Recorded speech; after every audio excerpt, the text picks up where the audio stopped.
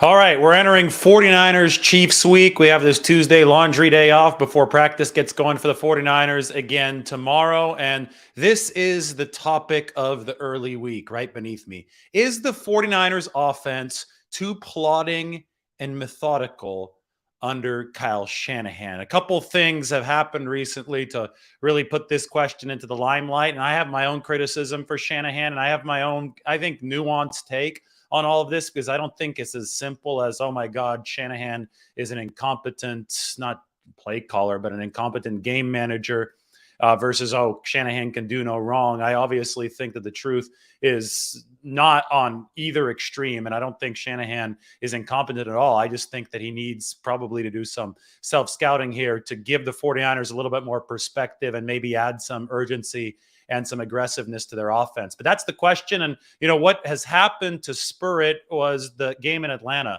on Sunday. The 49ers trailed by 2 touchdowns. It was 28-14. They got the ball back at their own 1-yard line. Ironically, it was Bradley Pinion, the 49ers former punter, who pinned them deep. And then it proceeded to take the 49ers like 8 minutes to not even get close to the end zone. They made it into Atlanta territory, but their drive finally got snuffed out at the 20-something yard line. So the 49ers obviously lost the game 28-14. But I mean, they were so slow, so methodical, so little no huddle that one of the questions that Kyle Shanahan after was, why didn't you hurry up a little bit more? And Kyle's answer was, well, we were down by 2 scores, and I figured that we would only have 2 possessions no matter what. So I wasn't going to have that first one be too quick.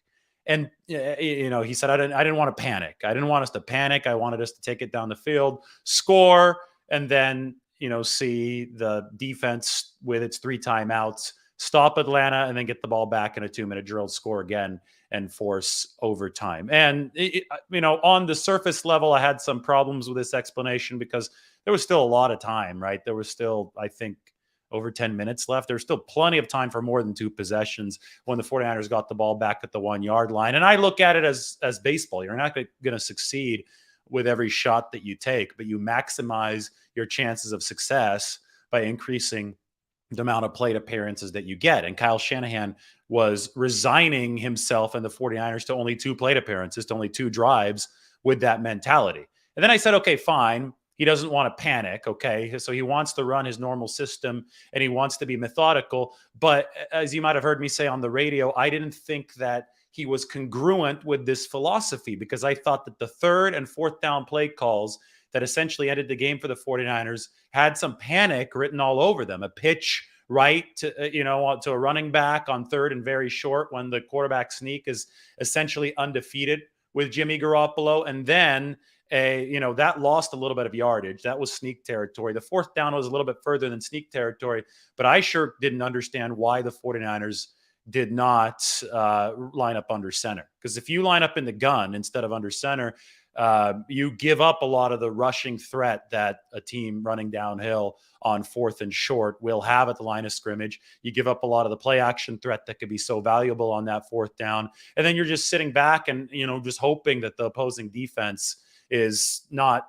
schematically correct, is not schematically sound for the situation. Obviously, hindsight tells us that the Falcons were ready for that situation. There was really no room for Jimmy Garoppolo to throw into. It was incomplete, and the 49ers went out with a whimper in Atlanta. So, there's a lot of questioning of this after, especially given Kyle Shanahan's explanation. And this, lent itself to a lot of stats being released. And the one that stands out to most people, and the one that I commented on social media today, is that the 49ers under Kyle Shanahan are 0-26 when they've entered the 4th quarter of games trailing by more than 4 points. 0-26. So they've never come back in a game that they've entered the 4th quarter trailing by more than 4 points. However, that stat, I think, needs to be presented with a little more context. The vast majority of those games came with C.J. Beathard, Nick Mullins, and Brian Hoyer at quarterback, and not Jimmy Garoppolo. And I'm guessing that Trey Lance was behind him by more than 4 points. Yes, he was, against Arizona last year. So those came with QBs of the 49ers don't currently have starting, and only two of them, Lance and Garoppolo, are on the team, A. And B, it doesn't count games in which the 49ers fell behind in the fourth quarter after, being tied or ahead and then came back. And my problem with a stat like that is that it implies the 49ers offense has no explosive capability. Well, if that's the case, then what happened last year, week 18 against the Rams, when the 49ers lined up at their own 12-yard line with the season on the line against the eventual Super Bowl champions, with Jimmy Garoppolo hurt, right, with the thumb injury? They went 5 plays, 88 yards, explosive as hell, and they scored a touchdown with everything on the line. That game doesn't count in those stats because the 49ers were tied with the Rams entering the fourth quarter. But as you can see, what needs to be demonstrated here is whether or not the 49ers are capable of being explosive with Jimmy Garoppolo as their quarterback. And there's this example against the Rams. There's the example against New Orleans in 2019. There are a couple games against Arizona in 2019. I mean, you could start adding up these examples of games that the 49ers have won when they have not been able to stick to Shanahan's preferred methodical run-first script. They are capable of winning these games despite the fact that the technical record of the stat is 0-26 in those situations. And I think, we can run out obscure stats with different parameters all that we want, but the gist of the debate should be, is the 49ers offense explosive enough or not? And if it's not, why is it not explosive enough? And I think something like this, like week 18 against the Rams, shows us that the 49ers personnel, and yes, that includes Jimmy Garoppolo, has shown the capability to be explosive enough to come back in the fourth quarter and to deliver wins that the 49ers need delivered when they're not quite on their winning formula. And, to illustrate this, why don't we go to the drive that we're talking about in Atlanta? This is from Johnny Dell on Twitter. You guys got to check out his videos. Johnny Dell's Football Academy. That's his handle up there. Johnny Dell's. You could see it. He does just an awesome job. He edits these breakdowns. I'm sure I'll be watching his breakdown from the 49ers and the Falcons game soon. But we'll plug Johnny Dell. We'll put him up here on the screen, and we'll watch Jimmy Garoppolo throwing on that drive to Brandon Ayuk. And, you talk about explosiveness, lack thereof. Well, when your starting quarterback can do this, even when his center gets blown up, as you can tell, Jake Brendel's on his back. I mean, that's a perfect throw, 50 yards in the air downfield. We can just replay this a few times. But watch in the middle there, Jake Brendel blown up. Jimmy Garoppolo sidesteps it, knows exactly where he is. And, I mean, it doesn't get better on Madden in a video game here, right? On rookie mode.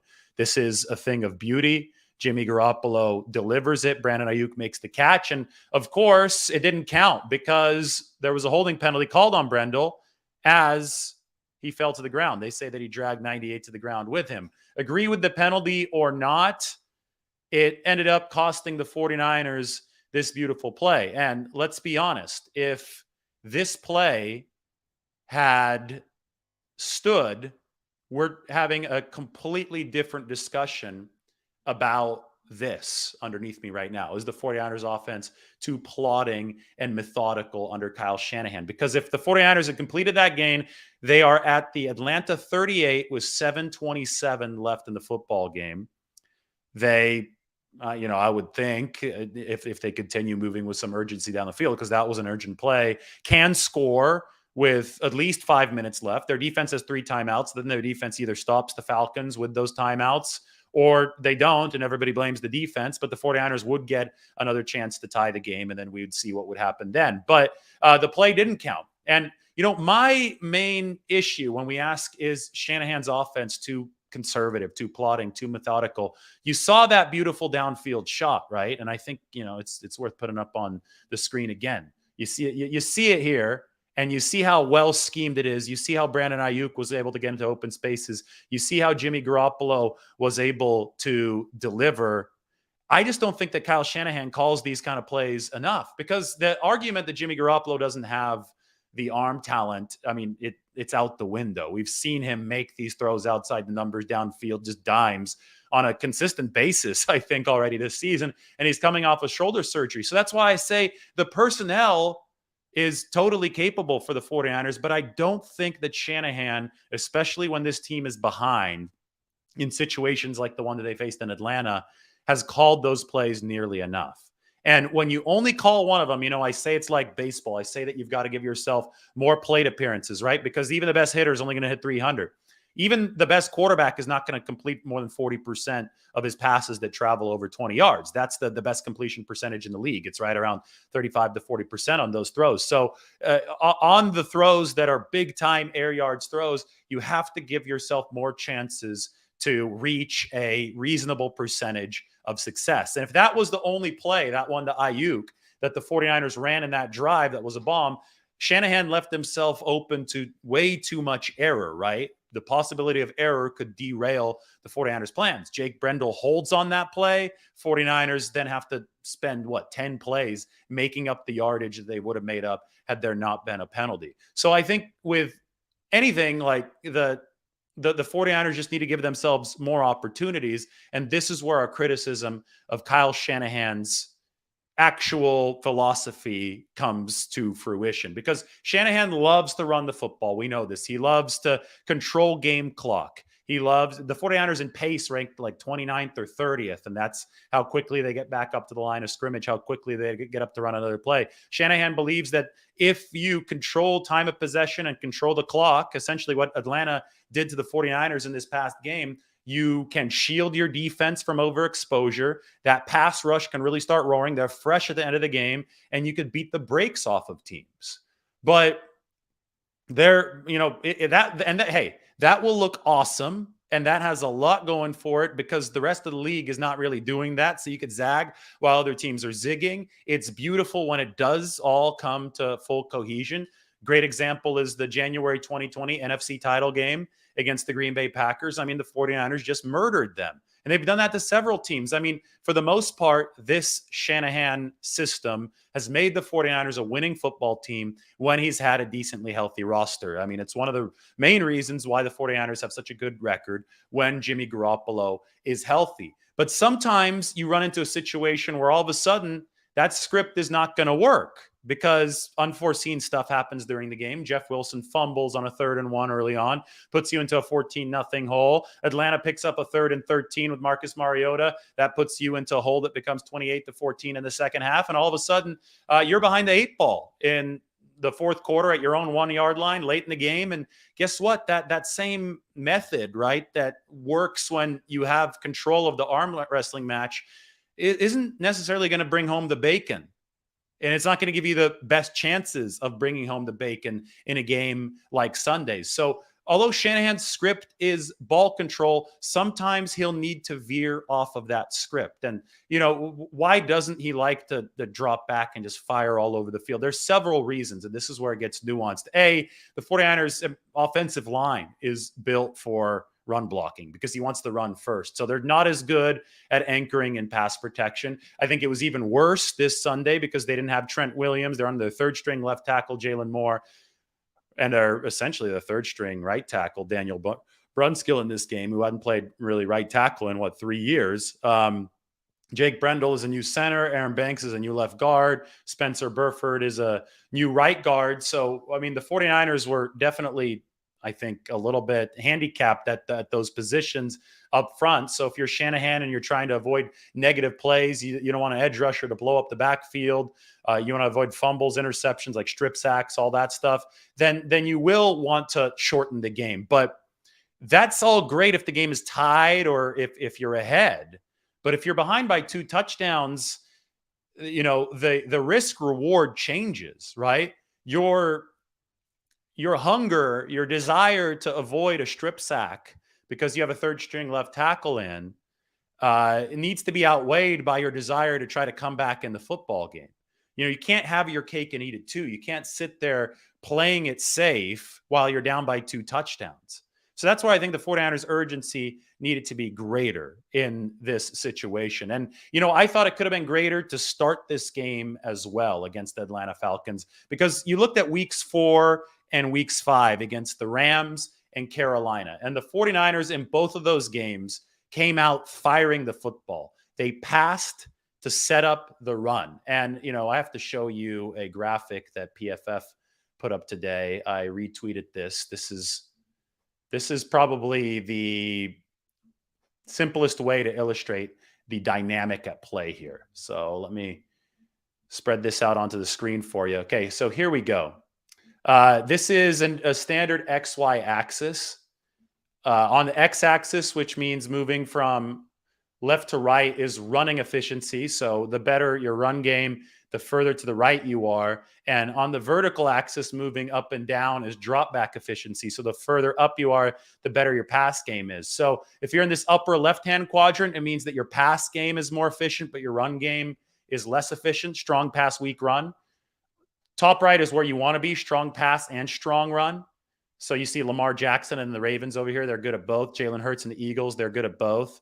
Bottom left is weak pass and weak run. So Pittsburgh, the Rams, that's a disaster right now. The Panthers, the Broncos, another disaster with Russell Wilson. They're in the bottom left where you don't want to be. And then weak pass and strong run is over here on the right side. Teams like the Patriots, weak pass, strong run. The Jets, weak pass, strong run. The Cowboys, weak pass, strong run. So those are on the right. The 49ers are in the upper left quadrant, which means on an efficiency basis, the 49ers have a strong pass game and a weak running game. And you can argue until the cows come home as to why that is the case. Obviously, missing Elijah Mitchell is a big deal for the 49ers, but why doesn't really matter in this situation, because the truth matters, just the facts matter.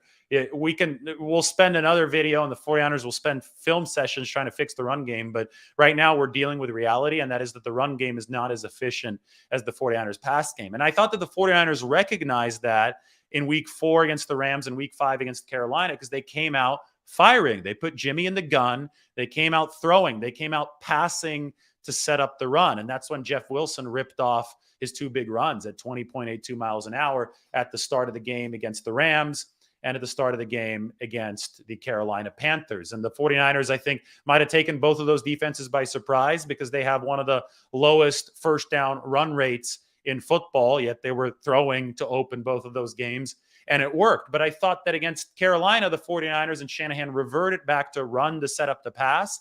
And as you can see here again, the run isn't nearly as efficient for the 49ers. They're in this top left quadrant because the run is over here on the x-axis. The first 2 plays were runs against the Atlanta Falcons, and then the third play was a pass.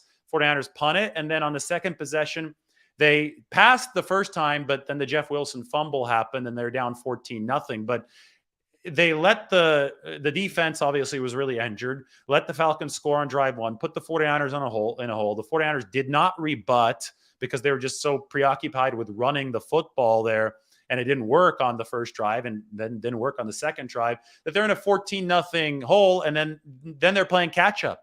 Then they have to abandon their total formula, but they didn't abandon the total formula. They still try to play ball control, and it all came to roost in the second half when they're down at their 1-yard line, down by 2 touchdowns. So I just have to say that there's a lot of good about Shanahan's approach, but he just has to know when to adjust. To me, his biggest weaknesses as a play caller are kind of the meta ones, the bigger ones, right? I think Shanahan is a genius as far as scheming guys open. I think that the separation that he's able to create for some of his weapons in this offense is impressive. He's able to work around a sketchy offensive line a lot of times, right? And so is Jimmy Garoppolo. You got to give Garoppolo credit alongside Shanahan because it's a partnership. But I don't think anybody has lost faith in Shanahan's ability to scheme stuff that works. The issue is applying what works at the right times. And one size is not going to fit all. There are going to be different situations in the NFL. Sometimes you're going to get punched in the face and you're going to be trailing a game with not a lot of time left. And in those moments, you're going to have to do something a little bit different than when you're leading the football game by a possession or 2 down the stretch, right? And for the 49ers, the good news is, and those of you who just joined, you'll probably enjoy this.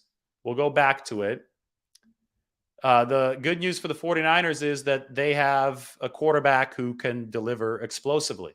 And this is, again, from Johnny Dell's Football Academy, a nice video of Jimmy Garoppolo delivering to Brandon Ayuk on the drive that, other than this play, went too slowly. It was called back due to penalty, But Jimmy's been making throws like this all season long, right? Maybe not against Denver, we'll put it that way, but ever since he's started to knock off the rust, Jimmy Garoppolo's done this. And when you have a quarterback that can do this, when you have a QB that, obviously he makes the intermediate throws as well, whose accuracy is improving and, who's, I think, a proven veteran at this point. If you're Shanahan, you're just going to have to trust him. And I know a lot of this dialogue goes back to what we heard from Jimmy Garoppolo after week 2 when he said, we have a quote from Jimmy Garoppolo. He said, it felt good to air it out, felt like 2017. That's not usually the way we do things around here, but sometimes you've got to have it, right? Jimmy said that after week 2, and then that caused a little bit of drama in the media. Kyle Shanahan pretended that he didn't understand what Jimmy was saying, but I think it's very clear that Jimmy Garoppolo would like to air it out a little bit more. And, Kyle Shanahan wants to play within the short attack, yak-based, run-based scheme, the preset scheme that he has, because it has so many other downstream benefits for complementary football, for controlling the football, for keeping your defense rested.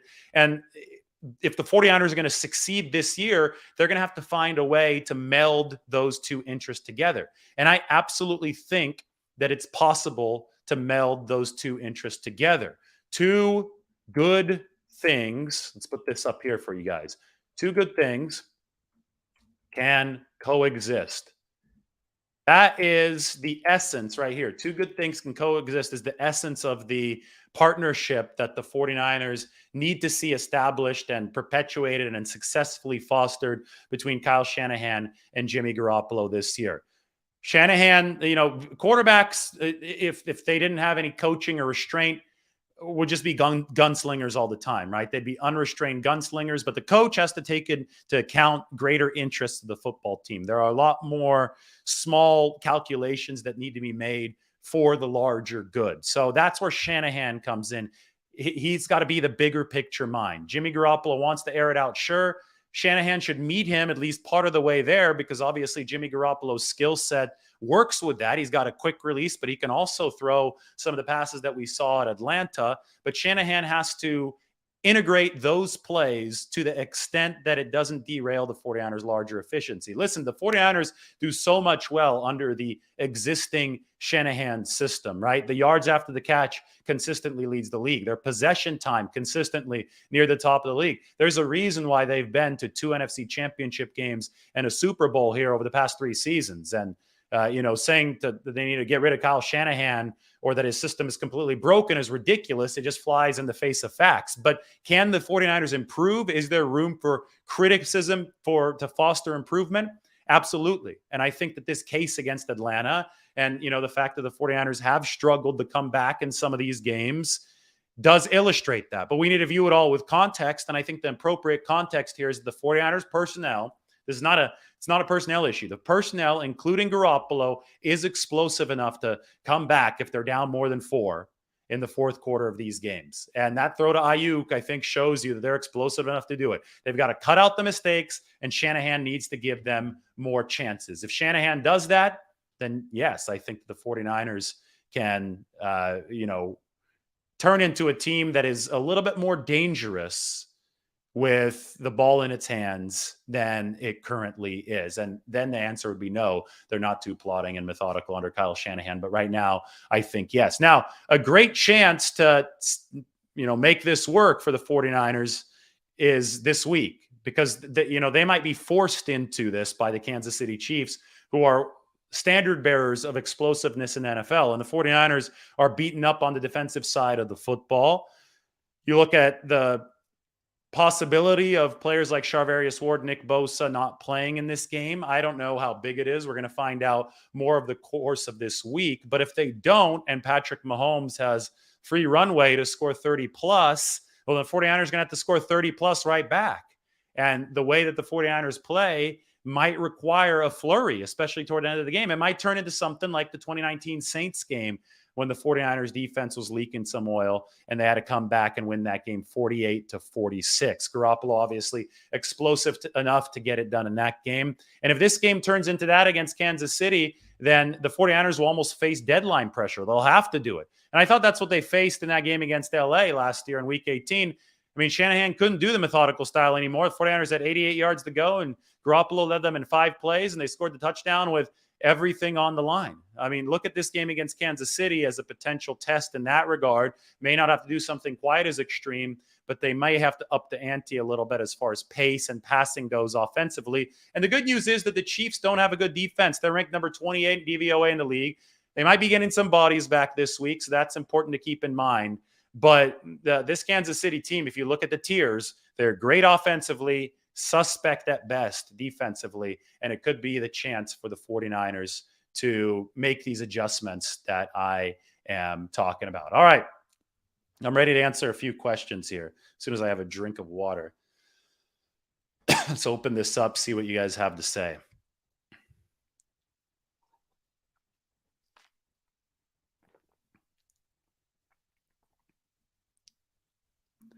So here, Sai says Shanahan's play calling usually kills the clock. Yes, Shanahan wants to kill the clock. I think he does that by design. But you say Jimmy's inability to quick score makes it difficult to come back. What's with Jimmy Garoppolo's inability to quick score? You say he's unable to quick score. Then how do you explain this? He had 1 minute and 27 seconds against the Rams. They needed 88 yards and a touchdown, and he got the 49ers there in way less time than that. So they scored quickly. He's able to do it. They scored quickly against the Saints in 2019. So Garoppolo is able to deliver quick scores and engineer quick scores. Again, it is not an issue of personnel. And one more time right here. If he can do this, and he has weapons like Brandon Ayuk and Deebo Samuel and George Kittle and maybe Danny Gray next week, if this is possible, then the 49ers have the ability to quick score under Jimmy Garoppolo. That's just the truth of the matter. So, that's one of my main points. This is not a personnel issue. This is, I think, Kyle Shanahan needing to meld some more aggressiveness into his philosophy. I think that's the issue. CT Law, thank you. It was shocking that even being down 7, Kyle moves with no sense of urgency. The amount of games the 49ers lose in the fourth quarter is alarming. You can't ask Jimmy Garoppolo to come from behind all the time. You can't ask any quarterback that. And I do think that more urgency throughout the whole game might benefit the 49ers. You can still play clock control, but I think you got to take a few more shots, especially if your quarterback is proving this year that he can hit them. Godzilla asks, how can the 49ers solve the drop pass issue, including defense? Ward has 2 dropped interceptions. I don't know how you solve it on defense. That one stumps me. Jimmy Ward, it's going to be tough for Jimmy Ward. I think you're probably talking about Charvarius Ward because Jimmy's only been in for a snap. But on Jimmy Ward's end, he's going to have a tough time catching interceptions if he's got a club on when he comes back. As far as drops go, these guys are paid to catch the football, and they have to do that. Ray McLeod has to catch the football. Charlie Werner has to catch the football. A lot of people say, oh, hey, well, why don't those scheme shots go to Brandon Ayuk and Deebo Samuel, the best receivers? Well, they did. They threw a deep post to Ayuk. That was well covered. They threw the one that I just showed you to Brandon Ayuk. The 49ers obviously hit one. But, there's a reason why Ray McLeod and Charlie Werner get open on some of these routes. That's because they're not Brandon Ayuk and George Kittle. The defense is paying a little less attention to them. So, yeah, you have to spread the ball around. Juszczyk is another secondary auxiliary weapon that you have to involve. And you have to count on Jimmy to make the throws and count on these guys to catch the ball. That's why they're on the team. And McLeod and Werner didn't do it for the 49ers the other day. All right.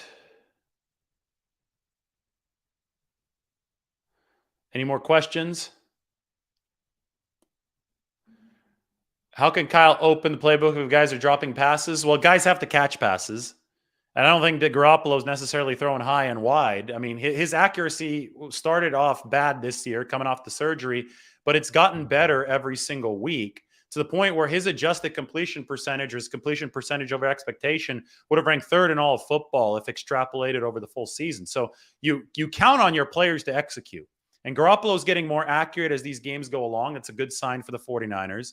And your receivers just need to catch the ball better as these games go along. If you can't catch the ball or throw the ball in football, you're going to have a hard time. The coach has to scheme with trust in his players, and the players need to reward the coach with that trust.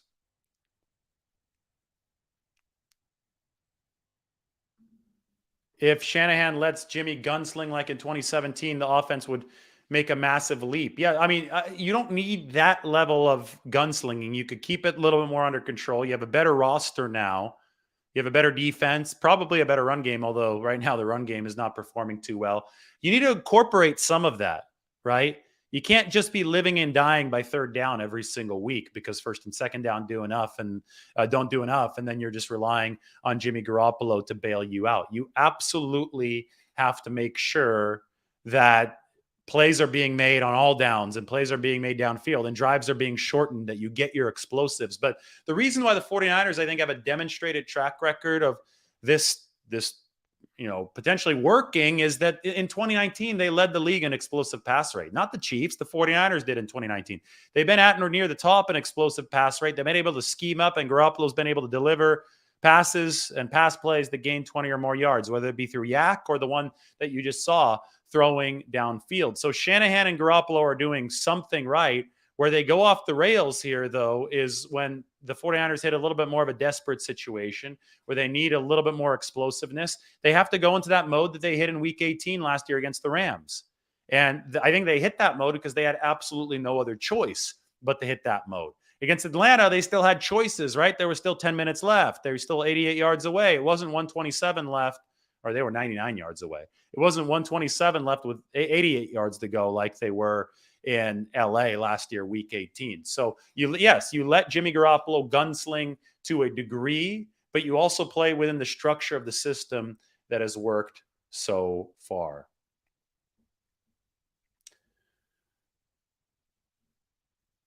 All right.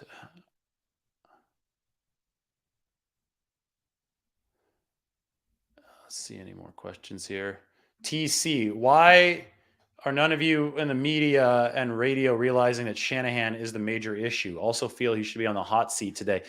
This whole video is criticizing Shanahan, saying that I think that he needs to be more aggressive. So I don't really see where that question is coming from. I'm criticizing Shanahan here, although hot seat is ridiculous. I mean, the 49ers have been to 2 NFC title games and a Super Bowl over the past 3 seasons. There's no other team in football that can say that. You can have a coach that has some flaws, that, is doing some stuff that needs to be fixed, while also saying he's a good coach and the team is still in good hands. The humanity should be graded on a gradient. It shouldn't be black or white, right? It shouldn't be, oh my God, this guy's terrible, fire him, or this guy's great, let's send him to Canton. It's going to be in between, right? And Shanahan definitely trends on the good side of that equation, with the 49ers having seen so much success over the past 3 years.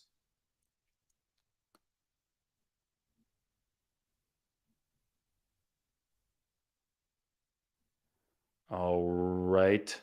What am I having for dinner? Going to a place called Fable here. I'm actually in Nashville. I fly out tomorrow morning to the Bay Area, get there in time for practice. I'm going to go out to a place, new dinner and drink spot called Fable.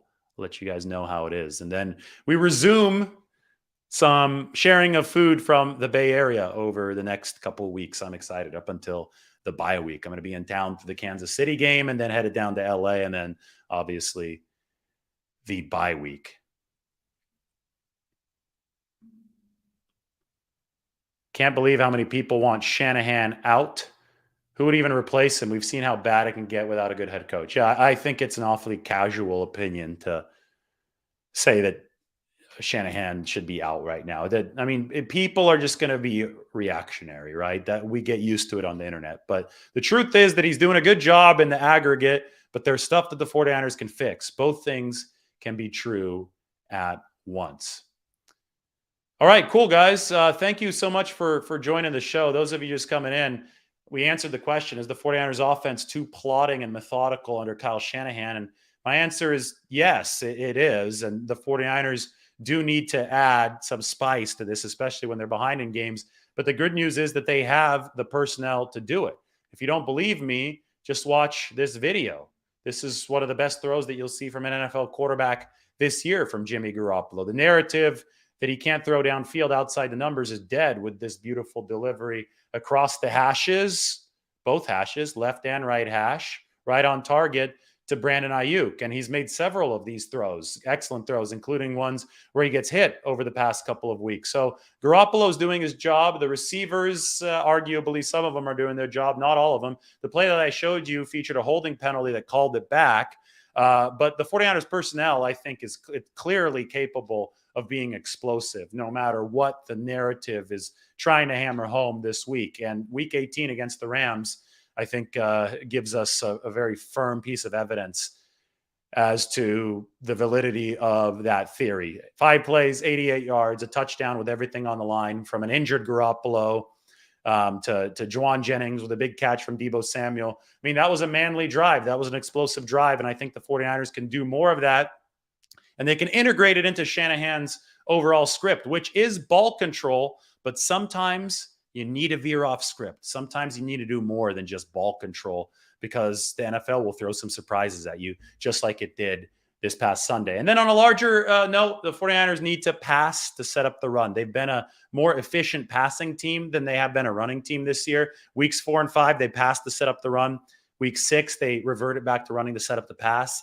You know which games they won and which one they lost. The ones in which they passed to set up the run, they won. And I think it's no coincidence. And in a big picture, we can judge this intelligently. And there's a lot of good about Shanahan's methodical approach, but he has to know when to adjust. And he might have to adjust this week against the kings of explosiveness, the Kansas City Chiefs. But two good things can coexist.